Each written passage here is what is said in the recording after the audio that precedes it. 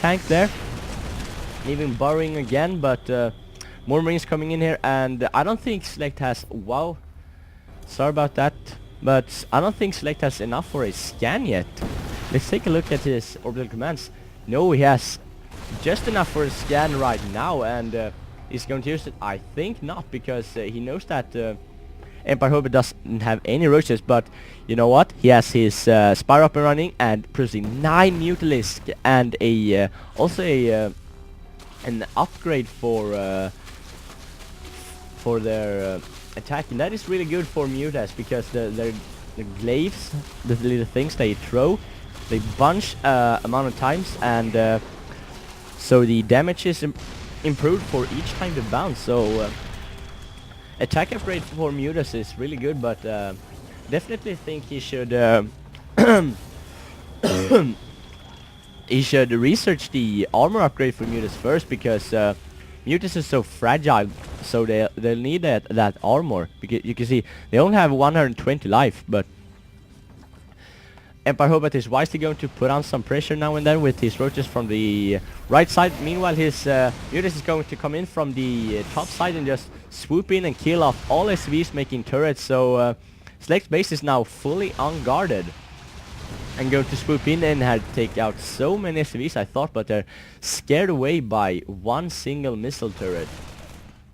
And how many Mutas are that? That is 13 Mutas, so that is some crazy macro there from Empirehobot, just getting out 13 Mutas in no time at all, and just mass producing Mutas now, and even a Baneling nest going up. So maybe we're going to see a Baneling bus on this tight defensive place of SeleCT. But these Mutas are just going to chill back here and maybe harass sometimes later. Now they're up to 17 Mutas. That is so many. And even with +1 attack soon, they're going to be that's going to be huge. But these Marines are just so many. If they stim once and get some shots on the Mutas, they will melt away so quickly. You can see Baneling speed is going up here, so we'll probably see Hobot produce a lot of Banelings soon and just roll them in and blow up all the Marines and SCV for SeleCT. That is what I think he'll do. Even grabbing a 4th on the right side right now, so definitely want to macro up, and his 3rd is up and running, very nice, and Empirehobot is just flying around with his fast Mutas, taking out turrets and taking out add-ons so fast with that +1 attack, but these Marines is going to scare him away. But SeleCT actually has too small of an army to be at 2 places at the same time, so these Mutas are so fast, so they can just scoot around and take the Marines out of positions all time. So SeleCT definitely needs some more static defense here. I don't know if he scouted at the Baneling nest, but he has put up a nice wall with with barracks here, so they'll definitely be almost Baneling safe for a while. I don't know what SeleCT expects, but always good to have a nice wall in like that. And you can see even opting to put up 2 supply depots over here, but these roaches will just prevent it, and because they're borrowed and you can't build a building on a borrowed unit. So this SV is just standing here like, WTF mate, why can I place the building here? There's nothing here. But Muta's going to swoop in yet again, and even an overseer here maybe to contaminate a building. But the Muta's just doing so much harassment, and these SCVs are forced to be pulled off the line to mass repair this engineering bay, because if he loses the engineering bay, he won't be able to make any additional turrets, and the turrets and is basically what's keeping is somewhat a part of what's keeping him alive as for now. And there's so many Banelings morphing in, like, no, not too many, but still a lot of Banelings, and you can see all these Zerglings will probably, half of them will probably be morphed into Banelings. And look how much gas Hobot has actually. He's not producing anything, and I don't know why. But we can see that he's producing 4 Corruptors, and does he have a greater Spire? I don't even know where his Spire tech is at. So Strange. Where is his spire? I think I'm blind or something. There it is, but no great spire yet, but definitely could upgrade those corruptors into broodlords later. And wow, look at all these mutants. There's so many mutants in here, and even a roach picking up those 2 supply depots for select, and then just going to scoot out of there like nothing happened. But select is wisely going to secure his third up here at the high yield expansion, and possibly going to summon a bunch of mules. As I was saying, he did it like he read my mind or something. But to mine out this as fast as possible before the Zerg can take it out. I'm surprised he didn't upgrade this to Planetary Fortress, but because Planetary Fortress is at this location, especially on this map, is so common for Terran to do, and then put up like 3 or 4 turrets or something to guard for Mutaras. But we can see the Mutas once again swooping in, taking out 1 turret, 2 turrets, and also 3 turrets, and going to take out all turrets for select. No, but 4 turrets, and possibly going to get this factory. Maybe going to go down in red, but no, not even the Aragonan and the Marines stimming to trying to catch the Mutas, but no luck for those Marines. And I don't even think Select has a starport, so those Marines won't be healed for a very long time, because he's just now putting up 3 starports at the same time. And as I'm saying this, we can see both the Ultra Cavern is started, and also the Greatest Spire has completed, so allowing Empirehobot just to go both Ultralisk and Broodlords. You can see it's producing 6 Broodlords for now, and just continuing to produce Corruptors and even a bunch of Infestors, so a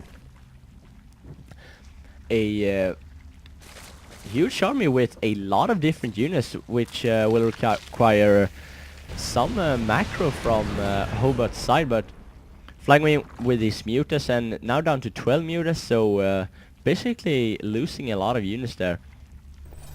And you can see Select is putting up a sensor tower, a building that is used so rarely by Terrans, and I'm confused to why, because the sensor tower just tells you where your opponent's units is. You can see all he's seeing now is red dots, and he knows exactly where his opponent's unit is. These Broodlords are just doing a great job at hacking away the stores. The stores don't do much damage to Broodlords, and now swooping in with all of his army. The Zerg is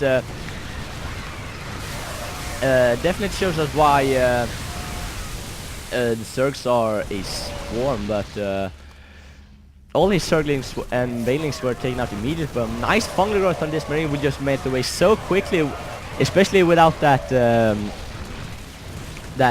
combat shield. So nice use of the Infestors there, and Broodlords are staying alive as long as possible. All 6 are alive still, and just going to hack away with those Broodlings. That the Broodlords, you can see he's producing 5 Ultralisk at the same time, 5 Ultralisk, and even that +1 armor for the special Ultra armor, making it possible for Ultralisk to get 5 armor, because they spawn with 1 armor.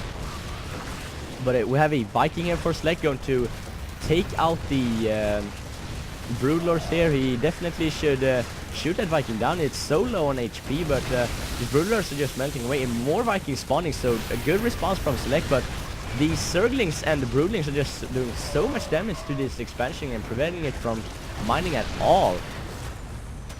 But you can see he's almost mined out already because of all that mules. Look how many mules that is. He has 3 command centers and just summoning mules all over the place. But take a look at the minimap. You can see the Zerg is everywhere. He has both expansion on the sides, and he has just now taken this, and he's mining from this expansion, mining from this expansion, so mining from this expansion. Take a look at the income type. We can see the Zerg is actually behind the Terran, but that is because Terran has all these mules at the high yield. But as soon as these mules disappear, I think we're going to see a massive drop here. You can see the Zerg play was up to 2,500 income per minute. You can see Ultras coming in and just swooping away some, cutting some SCVs in half, and even some infested Terrans to shoot down this orbital command. You can see that it's in the red, and SCVs will have to repair this before it burns down to the ground, actually. But successful repair there, and these infested Terrans aren't really a threat, actually. They not do too much damage, so nothing to worry about for SeleCT. They're just going to repair this orbital command up to full HP, then mine this base out, and then probably lift up to this location and mine this out as much as possible too. But Ultra swooping in here from both sides, but they're taking so much damage from all the siege tank. Look at all the siege tank for SeleCT. That is 10 siege tank going to blast away these Ultras. They managed to kill 6 Ultras there, I think. You can see. But look at the Harvester tab. Our Zerg player Hobot is up to 76 now, 78 Harvesters, and SeleCT, our Terran player, is only at 27 Harvesters, and he's essentially mining from this is a half base, and so this half, so he's mining from one base, you could say, and our Zerg player is mining from 1. He's mining from 2 and 3 and 4 and a half base, so the Zerg has a lot of mining going on, so but he's supply blocked as for now. But if he can just produce a bunch of overlords, and if he can produce a bunch of overlords and then macro up his army and just get that larva going with his queens. I don't know how many queens he has. He has where's the queens? There, 6 queens. That is really good, actually. So if he can keep his macro going and his injecting going, he should definitely be fine here, because the Terran doesn't have much resources left to mine, and with the Zerg can just scoot in with a bunch of units so many times, and he can afford to lose them over and over again. So definitely should put on some pressure here, while SeleCT hasn't saturated this